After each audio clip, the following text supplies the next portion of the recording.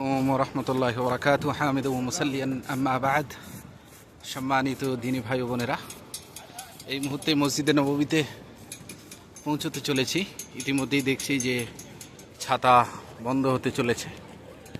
এই সুন্দর দৃশ্য সবাই ধারণ করার চেষ্টা করে। দেখুন, সামনে যে সমস্ত ভাই বোন আছেন তেনারাও এই দৃশ্য ধারণ করার চেষ্টা করছেন। কি সুন্দর দৃশ্য দেখুন, আলহামদুলিল্লাহ।